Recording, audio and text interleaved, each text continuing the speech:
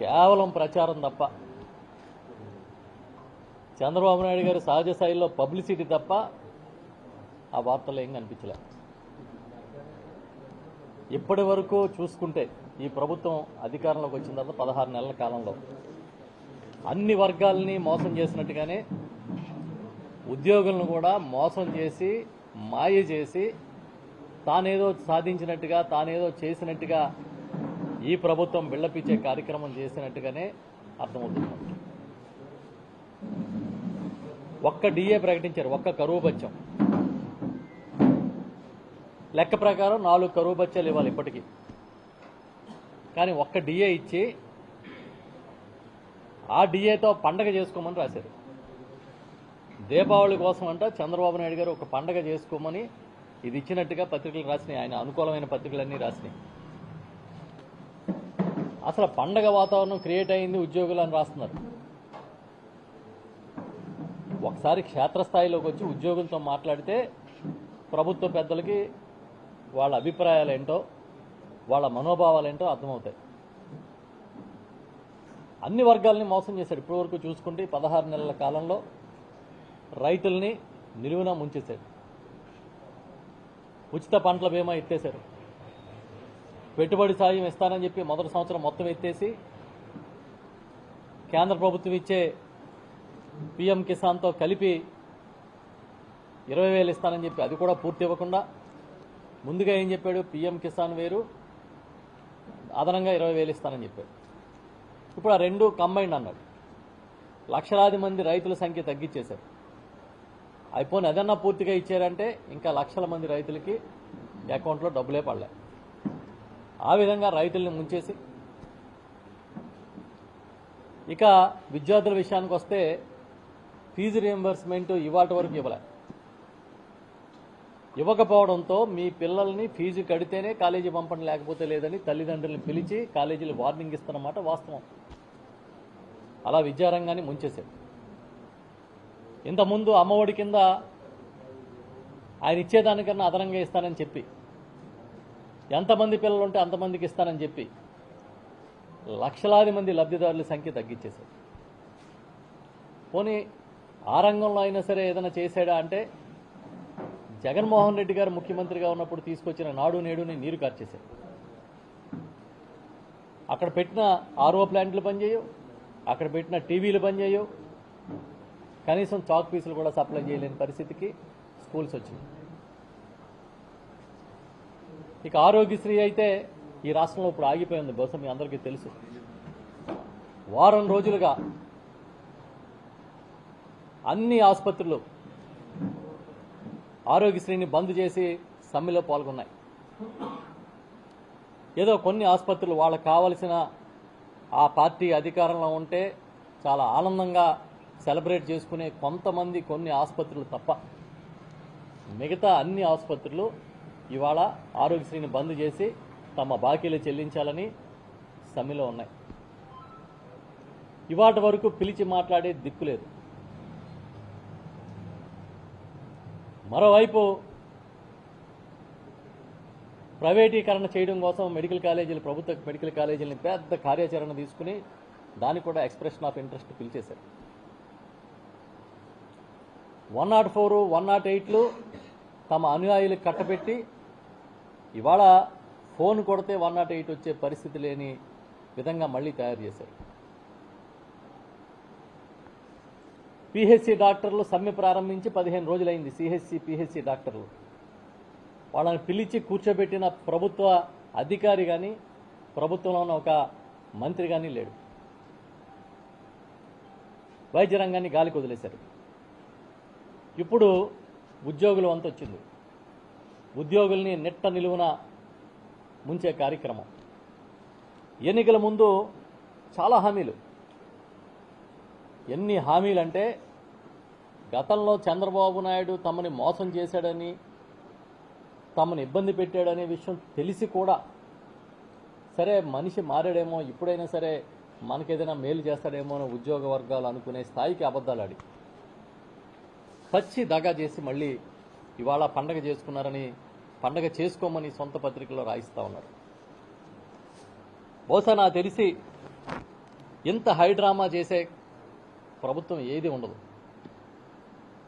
ఒక చిన్న పని చేసి పెద్ద ఎత్తున ప్రచారం చేసుకోవడం తప్ప నిజంగా ఇచ్చిన మాట నిలబెట్టుకుంటున్నామా అనే ఆలోచించే పరిస్థితి ఈ రాష్ట్రంలో లేదు.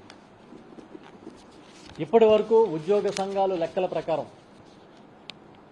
వివిధ వర్గాలు వేస్తున్న లెక్కల ప్రకారం ఈ రాష్ట్రంలో ఉద్యోగులకి 31,000 రూపాయలు ఈ ప్రభుత్వం వివిధ రూపాల్లో బకాయి పడి ఉంది. 31,000 రూపాయలు ఈ ప్రభుత్వం వివిధ రూపాల్లో బకాయి పడి ఉందనేది నిజం. వాటి గురించి ఎక్కడ ప్రస్తావన చేయలే. కేవలం పోలీసు వారికి మాత్రం అది కూడా ఈఎల్స్ అంటే ఎర్న్ లీవ్స్ 2 దఫాలుగా 210 కోట్ల రూపాయలు వచ్చే ఏడాదిలోపు ఇస్తామని చెప్పి ఒక హామీ ఇచ్చారు. మంత్రివర్గం సమావేశం అయినప్పుడల్లా ఉద్యోగుల కోసం ఏదైనా మాట్లాడారేమో, ఉద్యోగులకు మేలు చేసే నిర్ణయం తీసుకున్నారేమో అని ఎదురు చూడటమే తప్ప 16 నెలల్లో ఒక్కసారి కూడా ఎలాంటి మేలు చేసే నిర్ణయం కూడా తీసుకోలే. కేబినెట్ సమావేశం అంటే అర్థం ఏంటంటే ఇవాళ ఈ రాష్ట్రంలో భూములు పంచడం, రాయితీలు ఇవ్వడం ఎవరికి? కార్పొరేట్ సంస్థలు. అలాంటి వ్యవస్థను నడుపుతూ ఉన్నారు. అడిగితే ఎదురుదాడి, కేసులు పెట్టడం, ఎవరినైనా సరే తమ సొంత ప్రచార సాధనాలతో బురద జల్లే కార్యక్రమం, మసిబూసి మారేడికాయ చేసి ఈ రాష్ట్రంలో ఏదో గొప్ప జరిగిపోతుందనే కార్యక్రమాన్ని చేస్తూ ఉన్నారు. ఇవాళ గతంలో చంద్రబాబు నాయుడు గారు ఇచ్చిన హామీలు చూసుకున్నప్పుడు ఏమేమి హామీలు ఇచ్చారు అంటే ఒక్క హామీ కూడా కూటమి ప్రభుత్వం ఎన్నికల ముందు ఇచ్చిన ఒక్క హామీ కూడా నెరవేర్చలేదు అనేది స్పష్టంగా మనకు అర్థమవుతుంది. కాంట్రిబ్యూటరీ పెన్షన్ పథకం, గ్యారంటీ పెన్షన్ పథకం ఈ విధానాన్ని పునఃసమీక్షించి ఆమోదిస్తాం అని చెప్పారు. అసలు ఓపీఎస్నే అమలు చేస్తామని కూడా ప్రచారం చేశారు, అంటే ఓల్డ్ పెన్షన్ స్కీమ్ని. ఇప్పుడు చంద్రబాబు నాయుడు గారు నిన్న ఉద్యోగ సంఘాలతో మాట్లాడింది ఏంటి? అది సుప్రీంకోర్టులో ఉంది కాబట్టి మేమేం చేయలేం, ఇదే కదా మాట్లాడారు. అంటే అర్థం ఏంటి? ఈ కథని అటకెక్కిచ్చేసాం అని చెప్పకనే చెప్తున్నారు. ఉద్యోగులకి మెరుగైన పీఆర్సీ ఇస్తానన్నారు. మేము అడుగుతున్నాం, పీఆర్సీ ఇవ్వడం కోసం ఏం చేయాలి? ఫస్ట్ పీఆర్సీ కమిషన్ ఉండాలి కదా. గత ప్రభుత్వం వేసిన పీఆర్సీ కమిషన్ని మీరు బలవంతంగా ఆ చైర్మన్ని వెళ్ళగొట్టే కార్యక్రమం చేశారా లేదా? పోనీ అప్పుడున్న చైర్మన్ని మీరు వెళ్ళగొట్టే కార్యక్రమం చేస్తే కొత్తగా చైర్మన్ని నియమించారా? ఇవాళ వరకు మీరు కొత్త పీఆర్సీ చైర్మన్ని వేయకుండా ఈ పే రివిజన్ కమిషన్ని మీరు వ్యవస్థీకరించకుండా ఏ విధంగా పీఆర్సీ అమలు చేస్తారు చంద్రబాబు అని మేము అడుగుతున్నాం, ఒక ప్రతిపక్ష పార్టీగా అడుగుతున్నాం. అలవెన్స్ పేమెంట్ల మీద పునఃసమీక్షిస్తాం, పునఃపరిశీలన చేస్తాం అన్నాడు ఆయన. ఇప్పుడున్న అలవెన్స్లన్నింటినీ కూడా అంటే 2024 ఎన్నికల నాటికి ఉద్యోగులకి, అధికారులకి వచ్చే అలవెన్స్లన్నింటినీ కూడా సమీక్షించి వీటిని అంతకన్నా మెరుగ్గా ఇస్తామన్నాడు. ఏమన్నా ఇచ్చాడా? ఒక్క అలవెన్స్ అయినా? పోనీ అంతకుముందు అలవెన్స్లు అయినా సరే చెల్లించారా అని మేము అడుగుతున్నాం. ఎక్కడైనా ఒక ఉద్యోగికి ఏ అలవెన్స్ ఇచ్చారు బాబు మీరు చెప్పమని అడుగుతున్నాం. 16 నెలలు అయింది. ఇవాళ వరకు ఈ వర్గానికి మీరు ఇచ్చిన హామీలు అమలు చేయడానికి పటిష్టంగా ఒక్క చర్య కూడా తీసుకోకుండా నిన్న హడావిడిగా ఉద్యోగ సంఘాలను పిలిచి కేబినెట్ సబ్ కమిటీ నియమించి వాళ్ళతో గంటలు చర్చించి మొత్తానికి మమ అనిపించారు. ఇప్పుడు మీరు ఇచ్చిన ఈ ఒక్క డిఏ ఎంత? 160 కోట్లు. మామూలుగా మీరు ఇవ్వాల్సింది ఎంత? 4 డిఏలు ఇప్పటికే. పోనీ ఈ డిఏ కూడా ఎప్పటి నుంచి అమలు చేయాలి? పోయిన జనవరి నెల నుంచి. బకాయిలు ఇస్తానని చెప్పారా? చెప్పలేదు. దీన్ని బట్టి ఏమర్థమవుతుంది మాకు? ఇదే కాదు, మేము వచ్చిన వెంటనే ఉద్యోగులకి, పెన్షనర్లకి బకాయిలు చెల్లిస్తాం, అని కూడా ఆయన హామీ ఇచ్చాడు ఎన్నికల ముందు. లీవ్ ఎన్కాష్మెంట్ కానీ, అదేవిధంగా జీపీఎస్, ఏపీ జిఎల్ఐ కానీ, మెడికల్ రీఎంబర్స్మెంట్స్ కానీ ఇవన్నీ కూడా ఇమీడియట్గా ఇచ్చేస్తామని బోల్డ్ కబుర్లు చెప్పాడు. అసలు పెన్షనర్ల కోసం ఒక కార్పొరేషన్ ఏర్పాటు చేస్తానని కూడా ఒక హామీ ఇచ్చాడు ఆయన. ఏది, ఎక్కడ కార్పొరేషన్ ఎక్కడ ఏర్పాటు చేశారు? ఏర్పాటు చేసే దిశగా ఒక్క అడుగు ముందుకేసామని చెప్పండి మీరు. అంటే అన్ని వర్గాలకి ఇచ్చిన హామీలాగే ఈ వర్గానికి కూడా, ఉద్యోగ వర్గాలకు కూడా హామీలు ఇచ్చి ఇవాళ చేతులు దులుపుకునే కార్యక్రమం. 16 నెలల తర్వాత అది కూడా ఉద్యోగ వర్గాలు, ఉపాధ్యాయ వర్గాలు ఆగ్రహంగా ఉన్నాయి, రోడ్డు ఎక్కుతూ ఉన్నారు అనే విషయం అర్థమైన తర్వాత పిలిచి మమ అనిపించి తూతు మంత్రంగా ఒక డిఏ ఇస్తే, ఆ ఒక్క డిఏతో క్షేత్రస్థాయిలో ఉన్న ఉద్యోగులందరూ కూడా సంబరపడిపోతున్నారని మీరు అనుకుంటే ఎంతకన్నా మీ ఫెయిల్యూర్ ఇంకేది ఉండదని మేము చెప్తూ ఉన్నాం.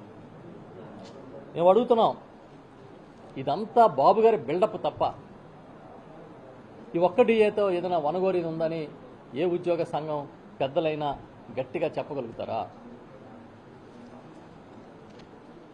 వాళ్ళు ఈ రాష్ట్రం పరిస్థితి ఎలా ఉందంటే ఉద్యోగం లేనోడు హ్యాపీగా లేడు, ఉద్యోగం ఉన్నవాడు కూడా హ్యాపీగా లేడు. ఈ రాష్ట్రంలో అది పరిస్థితి. ఏ ఒక్కడూ హ్యాపీగా లేడు. ఇదే కాకుండా ఇంకా చెప్తే అసలు ఎన్ని మాటలు చెప్పాడు అనుకుంటున్నారు ఈయన? ఏదో ఆయన కొత్త వ్యవస్థల్ని క్రియేట్ చేస్తానన్నాం కాదు, అసలు నా అంత మగాడే లేడు, లేస్తే మీ అందరికీ అసలు స్వర్ణయుగం వస్తుందన్నాడు. పాపం ఆ వాలంటీర్లు 2,66,000 దాదాపు 2,70,000 మంది వాలంటీర్లని జగన్మోహన్ రెడ్డి గారు ముఖ్యమంత్రిగా అయిన వెంటనే నియమించి వాళ్ళందరినీ ఇంటింటికి పంపించి సేవలు అందించే కార్యక్రమం చేస్తే వాళ్ళకేం చెప్పాడు ఎన్నికల ముందు? మీకు 5,000 కాదు, నేను 10,000 ఇస్తాను, నేను వచ్చిన వెంటనే అసలు మీకు స్వర్ణయుగం అన్నాడు ఆయన. ఇప్పుడు నిన్న ఉద్యోగ సంఘాల సమావేశంలో ఏం చెప్పాడు? ఇదొక వ్యవస్థే కాదు, అసలు ఇది వృధా, ఇది వాలంటీర్ల వ్యవస్థ ఒక వృధా ఖర్చు అని నిన్న చెప్పాడు ఆయన. 1,30,000 మంది ప్రభుత్వ ఉద్యోగుల్ని ఒకే ఒక నోటిఫికేషన్లో నియమించి క్షేత్రస్థాయిలో ప్రభుత్వం సేవలు అందించే ఒక వినూత్నమైన వ్యవస్థని, సచివాలయ వ్యవస్థను తీసుకొచ్చి ఆ వ్యవస్థ ద్వారా రాష్ట్రంలో ప్రతి గ్రామంలోని పారదర్శకంగా సేవలు అందించే కార్యక్రమం చేస్తే ఇవాళ ఆయన ఏమంటా ఉన్నాడు? ఈ సచివాలయ వ్యవస్థ అనవసరమైన వ్యవస్థని ఇన్ని లక్షల ఉద్యోగాలు క్రియేట్ చేసి ప్రభుత్వం మీద భారం మోపాడు జగన్మోహన్ రెడ్డి గారు అని మాట్లాడుతూ ఉన్నాడు. ఆర్టీసీని ప్రభుత్వంలో విలీనం చేయాలని ఇప్పుడిది కాదు, కొన్ని దశాబ్దాలుగా ఉన్న డిమాండ్. ఇంచుమించు 52,000 నుంచి 55,000 మంది ఆర్టీసీ ఉద్యోగుల్ని అధికారంలోకి వచ్చిన వెంటనే జగన్మోహన్ రెడ్డి గారు వాళ్ళందరినీ కూడా ప్రభుత్వంలో ఆర్టీసీని విలీనం చేసి ప్రభుత్వ ఉద్యోగుల్ని చేస్తే ఇది ఒక పెద్ద గుదిబండ అయిపోయింది, ఆర్టీసీని ఎలా విలీనం చేస్తారని చెప్పి నిన్న చంద్రబాబు నాయుడు గారు మాట్లాడుతున్నాడు. దీనివల్ల ఖర్చు పెరిగిపోయింది అంటా ఉన్నాడు. అసలు మేము అడుగుతున్నాం, అసలు మీరు వచ్చిన తర్వాత ఇచ్చిన ఉద్యోగాలు ఎన్ని, తీసిన ఉద్యోగాలు ఎన్ని బహిరంగంగా ప్రకటించగలుగుతారా? మీకంత ధైర్యం ఉందా? వాళ్ళ బెవరేజెస్ కార్పొరేషన్లో 18,000 ఉద్యోగాలు పడేశారు. మీ సొంత మనుషుల కోసం మళ్ళీ ప్రైవేటు మద్యం వ్యాపారాలు తీసుకొచ్చారు, నకిలీ మద్యాన్ని సృష్టించారు, గ్రామాల్లో ఆర్ఓ ప్లాంట్లు పెట్టినట్టుగా కల్తీ మద్యాన్ని తయారు చేస్తుంటే కళ్ళు అప్పగించి చూస్తున్నారు. ఆ 18,000 మంది ఉద్యోగుల్ని రోడ్డు మీద పడేశారు. అలాగే ఫైబర్ నెట్లో 2,000 మందిని తొలగించేశారు. వచ్చిన వెంటనే ఫీల్డ్ అసిస్టెంట్లందరినీ కూడా తీసేయాలని చెప్పి కంకణం కట్టుకుని ఎన్ని రకాలుగా ఒత్తిళ్లు చేశారో మనం అందరం చూసాం. ఇప్పటికీ చాలా చోట్ల ఫీల్డ్ అసిస్టెంట్లని ఉద్యోగాలు తీసేసి రోడ్డు మీద పడేశారు. ఇంటింటికి రేషన్ పంపిస్తూ ఉంటే ఆ ఎండియు వాహనాల వ్యవస్థను రద్దు చేసి ఆనందం పొందుతున్నారు. గ్రామాల్లో ఇంటికి రేషన్ వస్తే మాకు సమయం ఆదా అవుతుంది, మా పరిస్థితి ఇప్పుడు బాగుంది, శ్రమ తగ్గింది అనుకునే పరిస్థితి నుంచి వాళ్ళని పీక్ అవతల పడేశారు. మేము అడుగుతున్నాం, ఏదైనా సరే మీరు రండి, జగన్మోహన్ రెడ్డి గారి హయాంలో ఉద్యోగులకి ఎలా చేశారో, ఈ 16 నెలల్లో మీరేం చేశారో చెప్పండి బయటకు వచ్చి. ఇంచుమించుగా 2019లో జగన్ గారు సీఎం అయ్యే నాటికి ఒక అవుట్సోర్సింగ్ ఉద్యోగం, ఒక కాంట్రాక్ట్ ఉద్యోగం కావాలంటే లంచాలు ఇస్తే కానీ రాని పరిస్థితి. చివరికి వాటిని కూడా మెరిట్లో పెట్టి జగన్మోహన్ రెడ్డి గారు ఉద్యోగాలు ఇచ్చారు. అంతకుముందు ఈ కాంట్రాక్టు అవుట్సోర్సింగ్ ఎంప్లాయీస్కి 5 నెలలకో 6 నెలలకో ఒకసారి జీతాలు ఇస్తూ ఉంటే జగన్ గారు ముఖ్యమంత్రి అయిన తర్వాత ఇతర ప్రభుత్వ ఉద్యోగులతో సమానంగా 1వ తేదీని జీతాలు ఇచ్చే కార్యక్రమం చేశారు. ఇవన్నీ కాకుండా ఆప్కాస్ అని అవుట్సోర్సింగ్ కార్పొరేషన్ ఏర్పాటు చేసి దళారీ వ్యవస్థను తీసేశారు. మీకు తెలుసు, ఒక దళారీ వ్యవస్థ ఉండేది. ఎవడో ఒక ఏజెన్సీని క్రియేట్ చేయడం, ఆ ఏజెన్సీ ద్వారా ఎంప్లాయీస్ని పెట్టడం, ఆ ఎంప్లాయీస్ అందరూ ఆ దళారీ వ్యవస్థకి కమిషన్ కట్ చేసుకుని జీతాలు పొందడం, వీటన్నిటినీ తీసి అది కూడా వాళ్ళకి రావాల్సింది మెరుగుపరిచి జీతాలు పెంచి ఈ ఆప్కాస్ ద్వారా చెల్లింపులు చేసే కార్యక్రమాన్ని జగన్మోహన్ రెడ్డి గారు చేశారనే విషయాన్ని కూడా ఈ సందర్భంగా గుర్తు చేస్తూ ఉన్నా. మా ప్రభుత్వం దిగిపోయే నాటికి 1,00,000 మంది ఉద్యోగులు ఆప్కాస్ ద్వారా వేతనం పొందుతున్నారు. మీకు కావాలంటే ఆ డీటెయిల్స్ అన్నీ కూడా అందించడానికి మేము సిద్ధంగా ఉన్నాం. ఇవాళ మీరేం చేస్తూ ఉన్నారు? ఆప్కాస్ని రద్దు చేసే కార్యక్రమం చేస్తూ ఉన్నారు. ఇదే కాదు, సచివాలయాల హేతుబద్ధీకరణ అని చెప్పి జనాభాను బట్టి ఇంతేమంది ఎంప్లాయీస్ ఉండాలని ఆ జనాభాని బట్టి ఎంప్లాయీస్ని కుదించే కార్యక్రమం చేస్తున్నారు. ఇంతమంది అవసరం లేదని చెప్తున్నారు.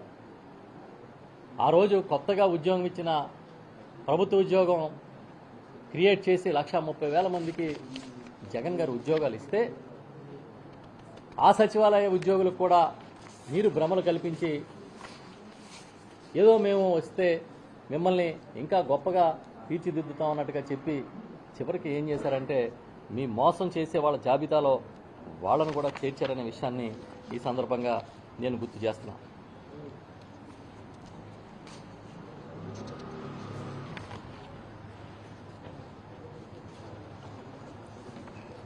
ఈ సందర్భంగా ఒకటి ఖచ్చితంగా చెప్పాలి. జగన్ గారికి చంద్రబాబు నాయుడికి ఉన్న తేడా. జగన్మోహన్ రెడ్డి గారు ముఖ్యమంత్రి అయిన వెంటనే ఇచ్చిన మాట ప్రకారం ఉద్యోగులకి ఐఆర్ ప్రకటించి, అది కూడా 27% మధ్యంతర భృతిని ప్రకటించి ఇమీడియట్గా అమలు చేసిన విషయం వాస్తవం కాదా అని నేను మిమ్మల్ని అడుగుతున్నా. ఇదే కాదు, అంతకుముందు ప్రభుత్వం అంటే చంద్రబాబు నాయుడు గారి ప్రభుత్వం బకాయి పెట్టిన 2 డిఏల్ని చెల్లించిన మాట కూడా నిజమని ఈ సందర్భంగా నేను గుర్తు చేస్తూ ఉన్నా. 1,00,000 మంది అవుట్సోర్సింగ్ ఉద్యోగుల కోసం నేను ఇప్పుడే చెప్పినట్టుగా ఆప్కాస్ని ఏర్పాటు చేసి వాళ్ళ సంక్షేమం బాధ్యత కూడా దళారీ వ్యవస్థను తొలగించి ప్రభుత్వం తీసుకున్న మాట నిజమా కాదా అని అడుగుతున్నా. కాంట్రాక్ట్ ఉద్యోగులకి మినిమం స్కేల్ని క్రియేట్ చేసిన మాట మీ అందరికీ గుర్తుండే ఉంటుందని నేను గుర్తు చేస్తున్నా. అదేవిధంగా అవుట్సోర్సింగ్ కాంట్రాక్ట్ ఎంప్లాయీస్కి కూడా జీతాలు పెంచారు. పారిశుధ్య కార్మికులు, మున్సిపాలిటీల్లో పనిచేసే పారిశుధ్య కార్మికులకి వేతనాలు పెంచారు. అంతెందుకు, ఆశా వర్కర్లకు ఇచ్చిన మాట ప్రకారం 10,000 రూపాయలు వేతనాన్ని మొదటి కేబినెట్లోనే నిర్ణయం తీసుకున్నారు. ఇదే కాకుండా వచ్చిన వెంటనే ఉద్యోగ వర్గాలకి ఇచ్చిన మాట ప్రకారం పీఆర్సీని ఏర్పాటు చేశారు. ఇప్పుడు మీరేం చేశారు? పీఆర్సీ చైర్మన్తో రాజీనామా చేయించే ఒత్తిడి తీసుకొచ్చారు. ఇంచుమించుగా మీరు ఈ విధంగా చూసుకుంటే వ్యవస్థని విస్తృతపరిచి సాధ్యమైనంత వరకు కరోనా వంటి కష్టకాలం వచ్చినా కూడా పీఆర్సీని కూడా అమలు చేసే కార్యక్రమం చేసి వాళ్ళకి ఇవ్వాల్సిన ఏదైతే న్యాయంగా ఉద్యోగులకి రావాల్సిన బకాయిలు ఉన్నాయో వాటిని ఇచ్చేందుకు మనస్ఫూర్తిగా ప్రయత్నం చేసిన ప్రభుత్వం వైఎస్ఆర్ పార్టీ ప్రభుత్వం, జగన్మోహన్ రెడ్డి గారి ప్రభుత్వం అని సందర్భంగా నేను గుర్తు చేస్తున్నాను. కానీ దురదృష్టం ఏంటంటే చంద్రబాబు నాయుడు గారు ఏనాడు అధికారంలో ఉన్న ఉద్యోగులకి ఏనాడు ఆయన అనుకూలం కాదనే విషయం తెలిసిన ఉద్యోగ వర్గాలు కూడా ఈసారి ఆయన ఏమన్నా మారాడేమో అనుకోవడం ఒక పరిణామం అని చెప్పి దాని పరిస్థితులు ఇవాళ మనం అన్ని వర్గాలతో పాటు వాళ్ళకి జరుగుతున్న అన్యాయాన్ని బట్టి అర్థం చేసుకుంటూ ఉన్నాం. ప్రతి నెల ఉద్యోగులకి 1వ తారీఖున జీతాలు ఇస్తానని చెప్పి పెద్ద ప్రచారం చేశాడు ఆయన. ఏమైనా ఇచ్చాడా? ఎక్కడైనా ఇచ్చాడా?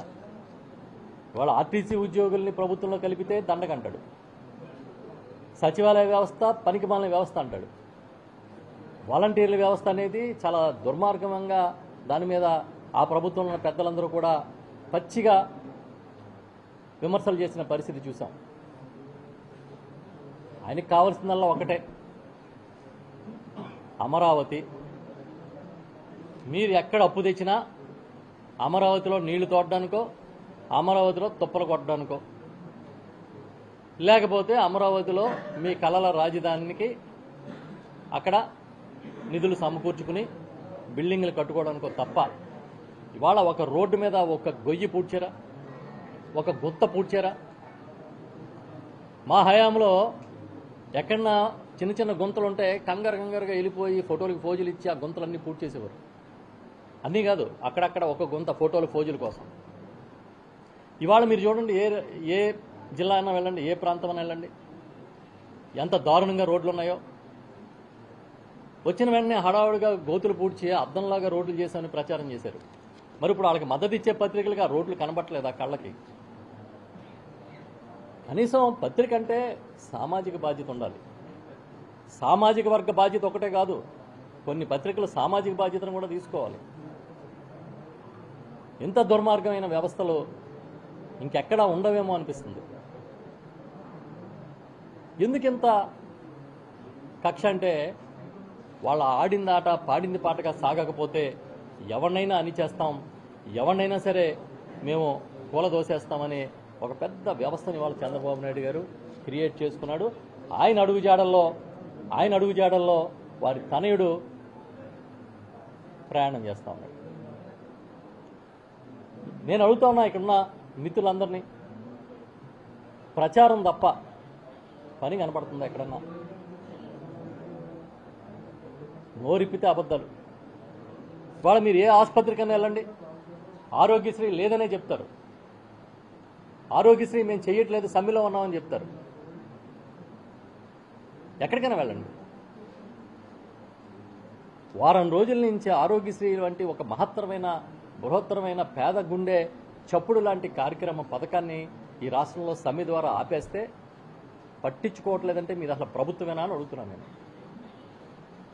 ఈ రాష్ట్రంలో ఒక ప్రజాప్రభుత్వం నడుస్తుందా, కార్పొరేట్ కంపెనీ ఈ రాష్ట్రాన్ని నడుపుతుందా చెప్పమని నేను డిమాండ్ చేస్తున్నా. 15 రోజుల నుంచి పీహెచ్సీలో డాక్టర్ లేరు, సిహెచ్సీలో డాక్టర్లు లేరు, వాళ్ళందరూ కూడా సమ్మెలో ఉన్నారు అని అంటే వాళ్ళని పిలిచి మాట్లాడే దిక్కు లేదంటే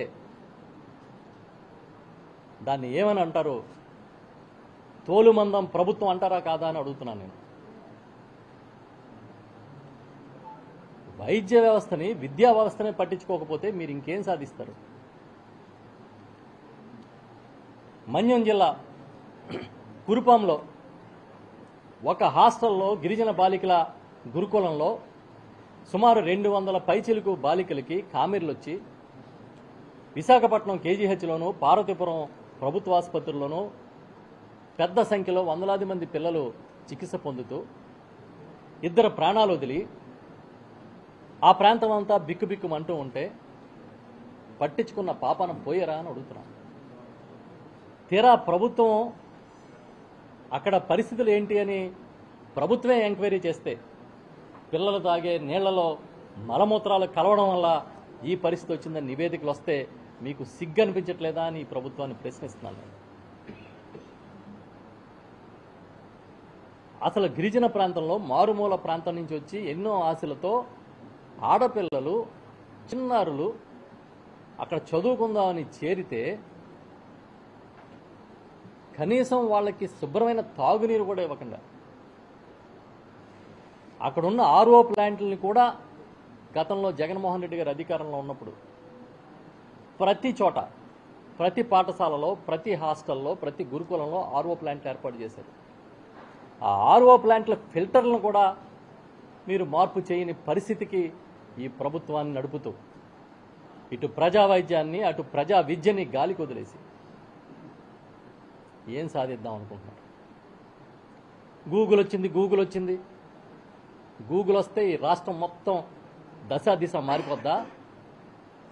ఈ రాష్ట్ర ప్రజల మొత్తం తలరాతలు మారిపోతాయా? మేము 200 ఉద్యోగాలు ఇస్తామని వాళ్ళు చెప్తూ ఉంటే లేదు 2 లక్షల ఉద్యోగాలు వస్తాయని మీరు చెప్తున్నారు. మేమేమంటున్నామంటే గూగుల్తో చెప్పించండి, ఇదిగో మేము ఈ కంపెనీ ఏర్పాటు చేస్తున్నాం, మా డేటా సెంటర్ ఏర్పాటు చేస్తున్నాం, ఇక్కడ ఇన్ని లక్షల ఉద్యోగాలు ఇస్తామని చెప్పించండి. ఆ లులు అనే ఒక కంపెనీని పట్టుకొచ్చారు. విశాఖపట్నం బీచ్ రోడ్లో విలువైన వందలాది కోట్ల రూపాయల విలువైన భూములు ఇచ్చి ఆయన అక్కడ ఏం చేస్తారంట, మాల్ కడతారంట. మనందరం చూస్తాం మాల్లో ఏముంటాయి, బ్రాండెడ్ షోరూమ్స్, పెద్ద పెద్ద సినిమా హాళ్ళు.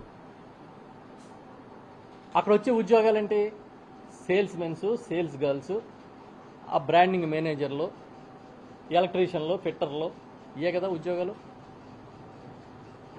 దానికోసం వందలాది కోట్ల రూపాయలు విలువ చేసే భూములు ఇచ్చి మేము లులుని తెచ్చాం.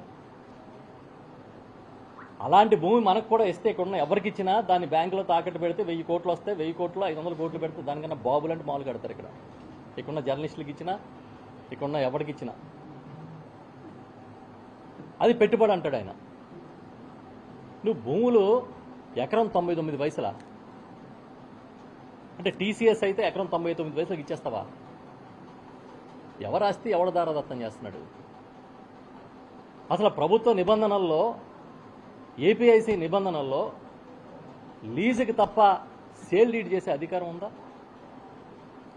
మీరిచ్చే ఈ సాఫ్ట్వేర్ కంపెనీలకు ఇచ్చే భూములన్నీ సేల్ డీడ్ చేసి ఇస్తే ఒకసారి వాళ్ళకి ఆ హక్కులు దారాదత్తం అయితే రేపు ఆ కంపెనీ బోర్డు ఆమోదించలేదనో, లేదా ఆ కంపెనీకి ఇక్కడ అవసరం లేదనో, లేదా ఆ కంపెనీ ఆంధ్రప్రదేశ్లో పెట్టే ఇష్టం లేదనో వెనక్కి వెళ్ళిపోతాయి. ఈ భూముల్ని ప్రభుత్వం తీసుకోగలుగుతుందా అని అడుగుతున్నాను నేను. అధికారం లేనప్పుడు అడ్డగోలుగా రెచ్చగొట్టి ఎక్కడికి వెళ్తే అక్కడ పచ్చి అబద్ధాలని ప్రచారం చేసి లేనిపోని అభూత కల్పనలన్నింటినీ కూడా జనంలో భయాందోళనలు పుట్టించి జగన్ గారు మళ్ళీ వస్తే భూములు లాగేసుకుంటాడు. అదే రీసర్వే ఇప్పుడు చేస్తున్నారు వీళ్ళు. ఎన్ని అబద్ధాలు, ఒకటా రెండా? నాణ్యమైన మద్యం ఇస్తాం, 99 రూపాయల క్వార్టర్ ఇస్తాం, 99 రూపాయల క్వార్టర్ బాటిల్ ఇస్తామని చెప్పి ఎన్నికల హామీ వీళ్ళకి. ఇప్పుడు ఏం చేశారు, వాళ్ళ కార్యకర్తలు వాళ్ళ నాయకులతో కల్తీ మద్యం ఫ్యాక్టరీలను తెరిపించారు. అసలు మామూలుగానే ఆ 99 రూపాయలకో ఆ చీప్ లిక్కరో తాగితే లోపల ఉన్న అవయవాలన్నీ కొట్టేస్తున్నాయి, కిడ్నీల దగ్గర నుంచి అన్నీ పోతున్నాయని జనం భయపడుతూ ఉంటే ఇప్పుడు మళ్ళీ కొత్తగా వీళ్ళ ఓన్ ఫ్యాక్టరీస్, ఓన్ బ్రాండ్స్ అన్నీ నకిలీ. ఎంతకాలం మీరు ప్రచారంతో లేనిపోని ఆర్భాటాలతో గడపగలుగుతారని అడుగుతున్నాను నేను. అన్ని వర్గాల్ని మోసం చేసి చెప్పింది ఒక్కటి కూడా అమలు చేయకుండా ఏం సాధిద్దామని మీరందరూ అనుకుంటున్నారనేది నాకు ఒక పెద్ద క్వశ్చన్. చంద్రబాబు నాయుడు గారు ఎప్పుడు కూడా అబద్ధాలని ప్రచారం చేయడంలో ఒక ఫ్యాక్టరీ అని నడుపుతుంటాడు ఆయన. ఇప్పుడు ఐవీఆర్ఎస్ ద్వారా అబద్ధాలని ప్రచారం చేస్తున్నాడు. అంటే రోజు కొత్త పొంతలు తొక్కిస్తాడు.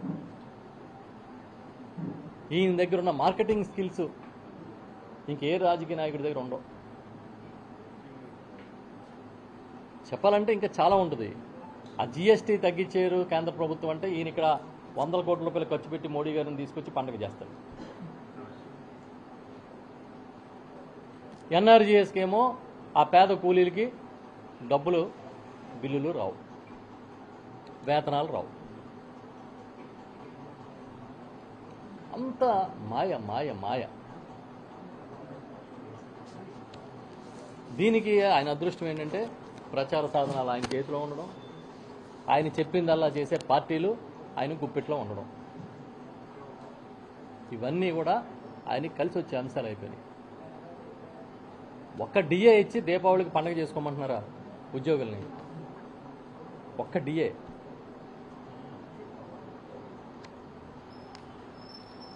చూద్దాం, నిజంగానే వాళ్ళందరూ ఉద్యోగులందరూ కూడా ఈ ఒక్క డిఏతో సంతృప్తిగా ఉంటే, నిజంగానే వీళ్ళందరూ కూడా డిఏతో చాలా హ్యాపీగా ఉండుంటే, భవిష్యత్తులో చంద్రబాబు నాయుడు గారు ఇచ్చిన హామీలు, ఉద్యోగులకు ఇచ్చిన హామీలు ఎంతవరకు అమలు చేస్తారనే దాన్ని బట్టి ఆ హ్యాపీనెస్ ఎంత అనేది కూడా మనకే అర్థమవుతుంది. Okay sir.